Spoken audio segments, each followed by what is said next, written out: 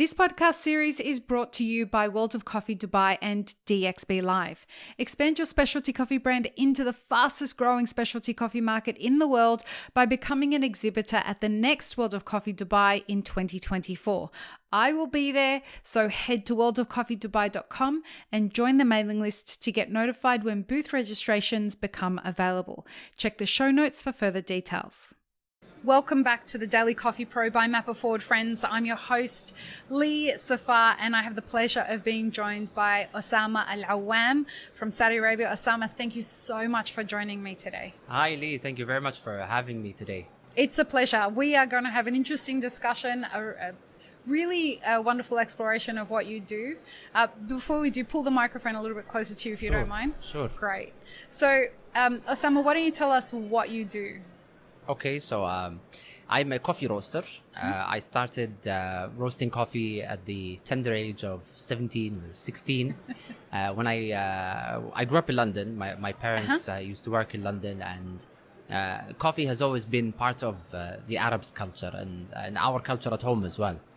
So my mother used to get green beans from Saudi, and she would roast it to the Saudi-style coffee. And then that just triggered that sort of passion for coffee, because I would see my father brewing his coffee in the morning, wearing his suit, and my mom would be brewing the Saudi coffee. So I always wanted to know more about where the coffee comes from and how it's roasted and what makes Turkish coffee Turkish, what makes Arabic coffee Arabic, and espresso Italian, etc. So I started roasting since that age. I never looked back. And then I turned this passion into a business, which is now a leading specialty coffee roastery in the Middle East. Tell people the name of the company. It's called The Roasting House. We started in 2013 with a very small shop, but a very big dream. And that dream is to spread the specialty coffee culture, make people enjoy better coffee every day, make coffee more accessible, act as a bridge between coffee producers, the farmers, the exporters, and people who appreciate great tasting coffee, get them to know more about the value chain, how they have actually helped by drinking that coffee. They simply helped communities thrive. They helped sustainable farming. They helped reaching out to a wider spectrum of the coffee world and that value chain. Yeah, mashallah. I want to ask you, as somebody who has been a seasoned professional in owning businesses, so 2013 till now, that's about 10 years. Alhamdulillah, in the coffee industry, that really is quite the achievement. It's 10 years, and not every brand gets the opportunity to survive that. And so congratulations. Thank you so much on that. It really takes a lot of character and a lot of grit and a lot of luck. Yes. But as well, a lot of really understanding and learning as you go. Yes. In 2013, Saudi was still not open. Yes. And you have seen the transition of your business happen across a very dynamic shift in culture and shift in business and shift in the way everything really operates. What was that like for you? Oh, it's been a fantastic journey over the last 10 years, and every year has its own unique giveaway and takeaway from it, because we've seen things that have been globally challenging, such as COVID situation, which has shown us how very fragile the coffee producing industry is, and how we need to be very close to our producers. And that goal goes back to the concept of specialty coffee. It's not just about the coffee, it's about the community, it's about the people that grow it, it's about the people that roast it, and it's about the people that enjoy it, and it's about the cafes that have gathered people for hundreds of years. That community and that livelihood of communication with others is something that I've really considered as a major takeaway from the last 10 years, that we need to be closer to each other. We need to be we need to look out for each other, because sustainability is all about that relationship, and it's been put through a massive test with COVID. But alhamdulillah, we've been able to find ways, look at channels that we can continue to supply the coffee for people who who buy it, whether it's cafes, restaurants, or takeaway cafes, essentially, or for people to brew at home. But since 2013, this is the first years that people who have gone abroad to study have come back. So they've become accustomed and acclimatized to a variety of flavors when it comes to coffee. Whereas in that period, it was only the global chains that have a presence in the coffee industry in Saudi, or the coffee scene, except for one or two really good chains that are still here today. So it's fantastic to work with fellow roasters as well in Saudi, and we gather every other opportunity we get. We still collectively work with regards to hosting championships, promoting professional employment in coffee, so we can have more baristas engaged with that. So year after year, it's been a fantastic journey to see this growth with regards to coffee and F&B in general as well. Tell me, what did it teach you about yourself? Oh, that's a big one. It taught me that what matters most is what you have. It's not what you could have achieved or what you have I've never lost. heard somebody respond that way. That's really fascinating. Yeah. Where you've ended up is more important than where you didn't end up, is basically what you're saying. Yes, exactly. And the importance of family, and sometimes you spend 15 hours working, and then you just come back home, you just want to relax, you just want to say, you don't want to see and talk to people or friends or family or something but it's important also to prioritize time for yourself as well as your family as well. Because it's something that you will never ever replace with anything else. So the importance of being close to the family is something that I've really, really come to appreciate over the past 10 years. Despite all the wonderful opportunities that could be out there, just give yourself that time. Take time to do things like Tim Tam slams and other things that you wouldn't normally do in. For folks who don't know what we're talking about, we why don't you tell people what a Tim Tam slam is? You're an expert now. Well, I am an expert. Yes. So Tim Tams are those little chocolate bars made of magic. You're made of magic. I like the way. Yes. Made of magic, covered in very wonderful velvety, creamy chocolate with a biscuit inside. They should pay you as a sponsor. They should, yeah. And then you bite the either side of the biscuit. Yeah. It's like a square, rectangle. Yeah, rectangle. Yeah. And then you just dunk it in your coffee, and then you suck through. Yeah, suck through. You slurp. And it's amazing. You do the pre-infusion, and you wait for the blooming to happen, and then you just enjoy that magic being it's really quite melting in your mouth. It's been so fun to watch everyone have Tim Tam slams and be transformed while we've been doing it. But I mean, you're right in from what I don't mean to say that you're right. I identify with what you're saying. What we do as entrepreneurs is incredibly difficult, and it's something that a lot of people aspire to. A lot of the time they don't see what happens behind the scenes. They don't see the 15-hour days, but the 15-hour days are the easy part of it. Yeah. The 18-hour days are the easy part of it. Yeah. That's the easy hard work. Yeah. The hard work is the time away from people you care about. Yes. It's the figuring out the things that scare you and what's ahead, and navigating complete transition through COVID, through Saudi opening up, through a whole bunch of different things. And people look at just the milestones and say, I want that. Yeah. I want to do that. Yes. And give yourself the credit as well, because when you spend that effort and that time and money and just engaging with what you do. Yeah. At the end, you go back and you sometimes feel that you haven't done enough. Yes. I would say no, you've done well done. Just give yourself that credit and look at the positive side, because it can be really tough. It can be challenging. It can be. It can really challenge your the way you feel about yourself as well. So. Just look at what you've done and look at how you've inspired people and how you have potentially helped others, whether it's members of your organization, your colleagues, staff, the industry as the a industry, whole. try to inspire them as much as you can, and be inspired by what they do, and listen, and just give yourself that credit, because it's well earned. Yeah. That's Khalid Al Moula who's checking in to see. Yes. Mashallah. So, speaking about the industry, Saudi has a very dynamic, shifting way of approaching things. Like, Saudi really is growing at phenomenal rates from every aspect, and the world has this idea that the coffee world has this idea that their own backyard is where specialty coffee should be. Right? Saudi is something very special. Yes, absolutely. What is special about the Saudi coffee industry? To start with, we grow coffee. Not a lot of people know that Saudi is a producing nation as well. Yeah.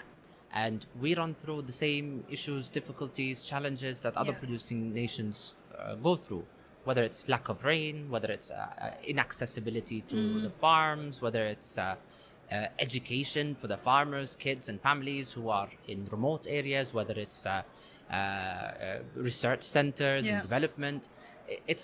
We're really, really, really lucky to have this entire value chain where we grow, we roast, we have the majlis, which is the area where you would welcome guests in your house or in your area where it's a like any events or something, and it's called the majlis. Like a foyer. And that majlis has its own protocols, from roasting coffee to grinding it with a pestle and mortar and making the special noises and the special resonations from that pestle and mortar, which are usually made from copper or brass to make that noise. Yeah.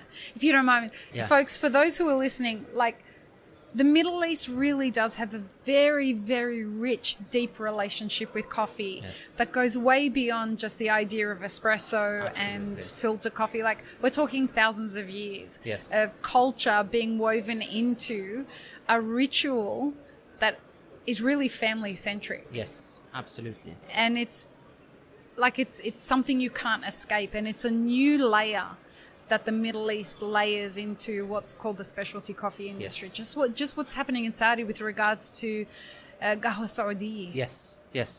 So in 2022, the Ministry of Culture have named the year 2022 as Aam al-Qahwa Saudi, or the year of Saudi coffee.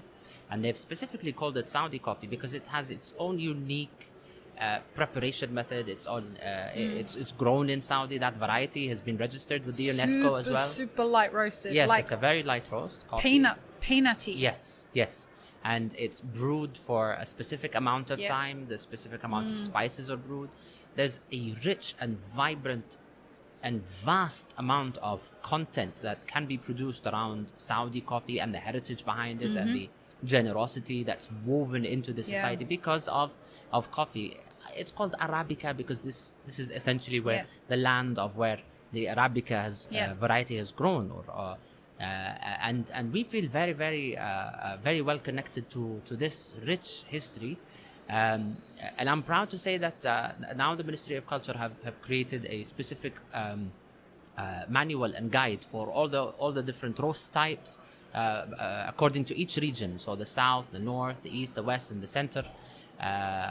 With all the spices that are used, with the approximation of how many grams each, because every household has its own print, has its own unique way of adding that spice a little bit more or less and roasting it slightly lighter or darker.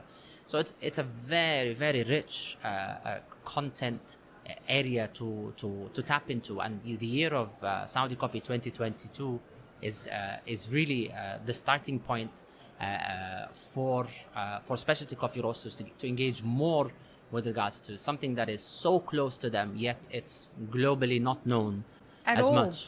At all. Yeah.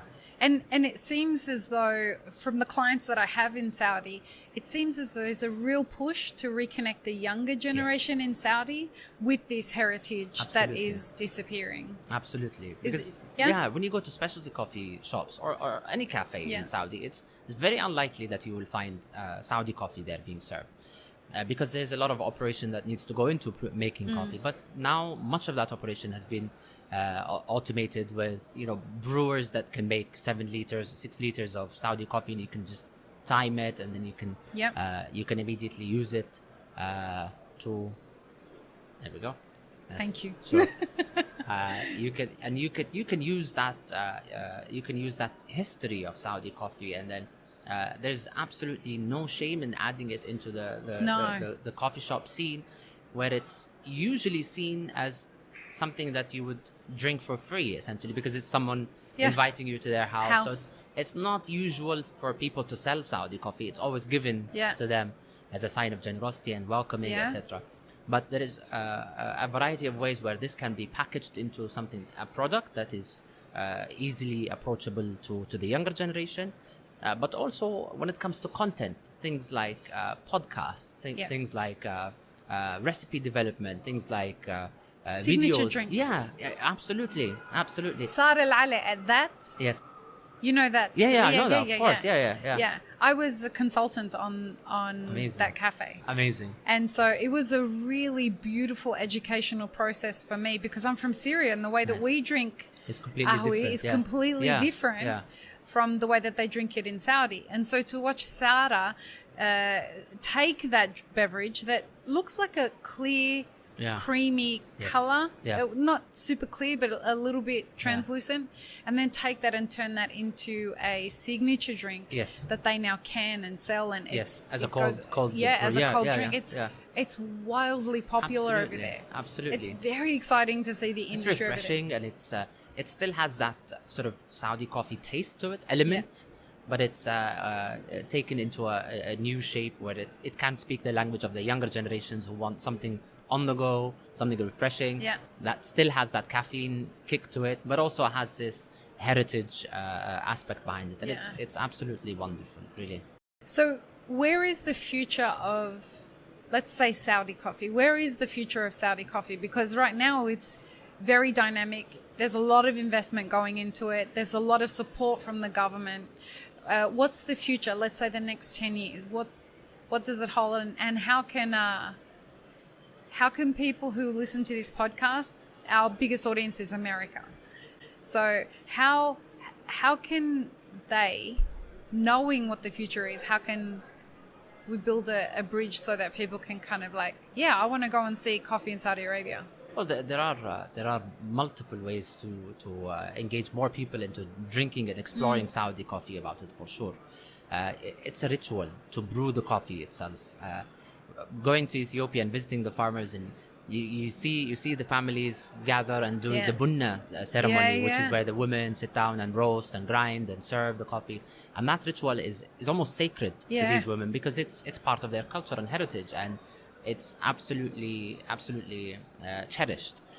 So that sort of brewing method and that way to brew Saudi coffee in the right way is something that we really encourage businesses. You think it's coming back? I think so, yeah. I mean, the government has done a substantial amount of effort when it comes to awareness. Yeah. But now it's in the hands of the businesses. So companies like, roasteries like us, we should continue to sell more or produce more awareness about Saudi coffee, how to brew it, make it easier, make it more approachable to others, make it more mobile per se, so people can take it with them to gatherings, or when they, when it rains in Saudi, people go out and enjoy and celebrate. Whereas alhamdulillah. Whereas in the West, when it rains, we run people and hide.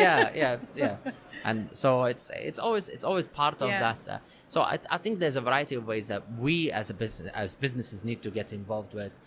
We're supporting things like a championship potentially.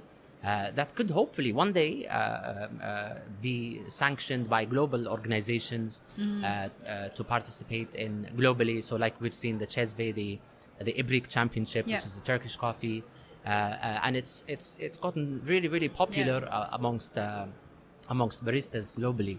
So it would be fantastic if we can do things like more championships for Saudi coffee brewing. I know next week, inshallah, there will be the Arabic Coffee Championships in Abu Dhabi. This is organized by the Abu Dhabi Commission for Culture. and they've done it annually for the past 3 years, except Wow. for the year where COVID was alhamdulillah, it's gone now. So things like championships, things like engaging more people with content, how to brew coffee at home, using easier pots to find. I think is something that is really, really exciting to get more people into it, and English content, because the vast majority of content about brewing Arabic or Saudi coffee is in Arabic. So English content would be something really beneficial. And speaking about the competitions, like our competitions with Espresso and with Brewers Cup and with all of that are nothing compared to how beautiful the Saudi competition was. Like, that happened very quickly, the way that they put that together. Yes. And it was stunning. Absolutely. It was just firji. Like, it was just, everything was really beautiful about it. Sada was a judge. Yes. And were you a judge? You were a judge as well. That's right. It was just something to see, the way that there was this real investment of will and energy as well as money to make this happen. You can see the thing that I've been very impressed about being involved in consulting in Saudi the last couple of years was these people aren't messing around. Yeah. Like, this is a long-term strategy. It will be successful. They've decided that. Yes. Now they just have to reverse engineer to figure out how it's going to happen. And it's going to be very exciting to watch how that becomes a part of the discussion globally. Absolutely. I think it's really great that they've maintained the same equipment that my grandparents have used to roast and brew and serve coffee. And the competitors really done an excellent job by roasting in the open with open fire on coal that they can't or wood that they can't control the temperature, but they've used all the equipment in the right manner. We've seen fantastic roasts. We've seen really great stories behind what the competitors have gone through to make sure it's recipes that they have learned from their mother. And you have this competitor, and she grew up smelling coffee from she was a child, and then she always had that connection, and now she's over the age of 50, mashallah, and she's participating with her son and grandson. So it's those stories that really make the culture of Saudi coffee, and they use Saudi grown coffee as well. And the final, which is a whole conversation unto itself. Which I think we should get you back on the podcast to do a series with us, so that we can kind of explore some of the intricacies of all of that. Because I don't think that we talk about a lot on this podcast, but I don't think there's a real appreciation for exactly the intentionality that's going into, from many different directions, structuring the specialty coffee industry in Saudi so that it really will be successful, so it's a viable business model. And that's why I was talking about the entrepreneurship earlier, is because people want to get involved, but they really underestimate how much is involved in becoming an Osamah. Yeah, for sure. Right? They look at look where Osamah is. He's now at World of Coffee, and he's got a successful business, and alhamdulillah, you have a wonderful attitude about positivity and all of that, but it's the harder things that really make you who you are. Yeah, absolutely, but it's very doable. A lot of people underestimate the things that they can do. I mean, the facilities that are available to support businesses start in Saudi are immense. In Saudi is very different. I'm very impressed with how much they want to support people who are leaning into entrepreneurship, which is not the same in a lot of other countries. And a lot of people are saying, well, no, there are a lot of cafes now. I think the market is already full. But looking at the numbers, you look at, for instance, the Quality of Life program, which is a government program. They're looking to double the amount of cafes per capita now. So right now we're at about 530 coffee shops per million capita. The Quality of Life program says within the year 2030 we're looking to target 1,060 per million capita, so double the number of cafes per capita. So there is still a market for sure, but that market requires dedication, it requires creativity, it requires constant development, it requires expansion, it requires understanding the consumer, cultivating the consumer, developing them, and then working closely with with your suppliers to engage them on what you want to do as well. So Saudi coffee, for instance, we've seen a lot of roasters now starting to offer Saudi roasts, so not necessarily Saudi grown coffee, but Saudi coffee roasts. Package them nicely, and I've tasted some of the most wonderfully roasted coffee from many of my fellow roasters, and I think that the next 10 years for Saudi coffee, it really needs the help of the private sector. The government has already done a great job, but the private sector now needs to come in and take it seriously, because this is our heritage, this is our culture, and it's very powerful. And I think a missing link in that, and we spoke about it with Giovanni Fuciulli from Simonelli Group in the last podcast. I would really love to see a focus on profitability before we can advance to doubling, because the market's quite saturated right now and it's fad driven, which is why it's so impressive that you've lasted as long as you've had and are finding it. And admittedly, you were young into the industry, you came in at its genesis, but a lot of business owners struggle from being able to have the stamina to sustain the hard times, and I think that's where they can learn from somebody like you. Yes, absolutely. And one of the things that really benefited us is the focus. So we're really focused. We don't have coffee shops. We are purely You're a roaster. You've got clarity on what you do. This is what we do. We don't need to expand. We're going to make it happen. Absolutely. Like for sure, you need to continue to develop new products, have new roast styles, have new blends, but keep the original. If it ain't broke, don't fix it. The things that really sell. I love it. Wallah, the things that really, because this is what the market wants. So you have to, if you provide something that's really high quality, the price is fantastic, and it's suitable, and it's moving well, just keep focusing on that. Reduce the number of SKUs. You go into one of the coffee shops and it's like 10 pages of different. Operationally, it's not right. Your customer perception, it's not right, and then you end up being a fad. You end up being having that honeymoon of a 1 month, 3 months success, and then after the fad is finished, the next coffee shop is open. They will go and go there. So it's not trying to catch that wave, and then when that wave subsides, then you have no longer a business. It's how do we build for the long term? Finding what you are really good at with your products and focus on that, and try to expand. Try to just keep adapt that focus and grow. Adapt. We talk a lot on this podcast about solving problems for customers. You know, what are you solving? What problem are you solving? Absolutely, what problem do they have that you can solve? Is it that they're looking for really expensive coffees and they have a problem with trying to find that? Or is it that they're looking for, how do I take my... COVID's happened, I'm too scared to go outside now, but I love my coffee, so I need to transition to brewing at home. How can you adapt from that side of things? Absolutely, yeah. Absolutely. This has been a joy. You have to come back. Likewise, for sure. Excellent. Always happy. More Tam-Tams. More Tim-Tams, So tell us where we can find you on social media and online. So I'm on @Alawwam. That's OALAWWAM on Twitter, Instagram, or Snapchat. And I try to answer all the questions that I receive, but of course learn from others as well. So I follow baristas, roasters, and fantastic, because I still consider myself as a coffee student, not a coffee expert. Or alhamdulillah, because that's you learn a lot of things. That's the way. Student of life always. Student of life always. Nice. Always, and roasting house is at Roasting House SA, Saudi Arabia, and that's again on Twitter and Instagram. So at Roasting House SA, one word. Fantastic. And then we will try for sure to have more content about Saudi coffee in English, Inshallah. So your listeners can also enjoy how to brew Saudi coffee.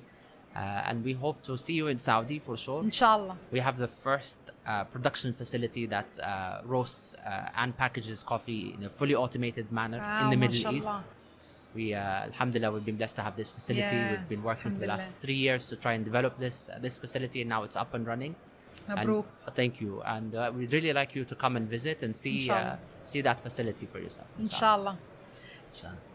I really hope I get the opportunity to go soon. It's such an exciting part of the industry that I don't know that a lot of people outside of this region are paying attention to unless they have reason to be here. So our hope is that doing this podcast series is going to help America, Australia, the UK, Europe understand that, you know, there's a force coming that's going to be delightfully influential in the wider coffee industry, and it's going to be great. Absolutely, and I've been an avid sort of connector essentially with global specialty coffee scenes, and I see what's happening globally, and I see what's happening in Saudi, and what's happening in Saudi and in the region is absolutely fantastic. Yeah, it's exciting. It has its challenges. It has, for sure. We know that, for sure, but so does sure. every industry. For sure, but the variety of coffee that I tried in the region, in Saudi and the GCC countries,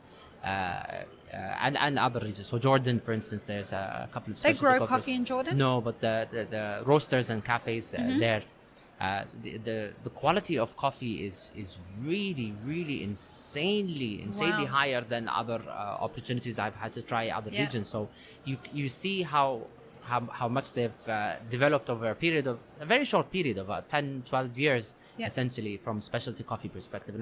And I think they've taken that 1,000-year Arabica sort of heritage and then created this wonderful. Let us show you what we can do. Well, it's an absolutely amazing force to have, and it's a really great addition to the global specialty coffee scene. And we invite people, your listeners, your valued listeners, to come and visit the region. Don't be shy to engage, ask questions, learn more 100%. About coffee.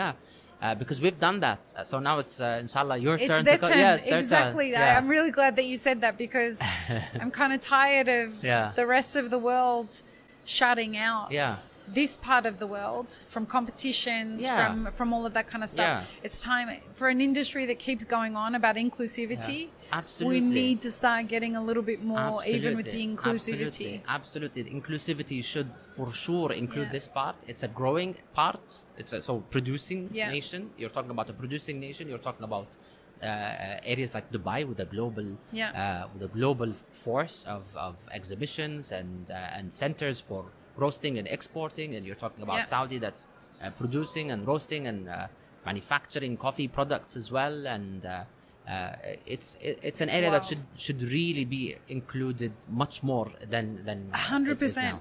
And I'll tell you something. I feel that if the West doesn't pay attention,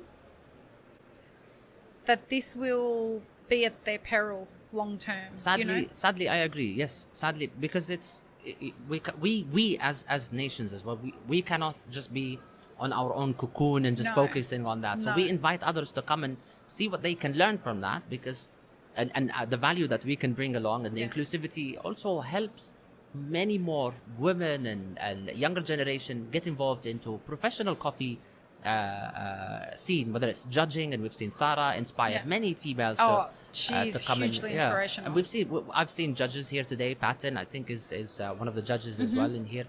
A couple of local judges as well from Dubai, and one of them is a competitor actually, Nuran al-Bannai. Nuran is a competitor now. So you've got judges that do an absolutely fantastic job, really, at participating in these events. So the infrastructure is there, the people are there, coffee is here, and the openness is there. Like, it wants to be included, and it wants to welcome. Visa on arrival. God, or that online. Was so good. Exactly. Or online, 20 minutes. A little bit faster than I got my Australian visa, I think, online. We're very ashamed about all of that. No, absolutely. I have to tell you, I've been so... I mean, I knew that this was going to be an awesome experience. I've been to Syria many times. I've been here a couple of times. I knew this was going to be awesome. I had no idea how developed the specialty industry was. And I have clients in the region. The standard is even way higher than like en masse than I expected it to be. And I really genuinely believe that if the West doesn't look at how they can expand their brands into here, how they can build relationships into the Middle East, I feel that the industry as a whole is going to miss out. Absolutely. So, well, thank you for saying that. You're welcome. I really mean it. I really mean it. Thank you for doing this, Most Osamah. welcome. It's been Thank you for fantastic. having me. Thank you for having me. Peace, love, and peanut butter, everybody. Thanks for tuning in. Have an amazing rest of your day. Thanks, friends. If you enjoyed this video, here's what you should check out next. Consider supporting Map It Forward on Patreon and be sure to subscribe and hit the notification bell before you leave.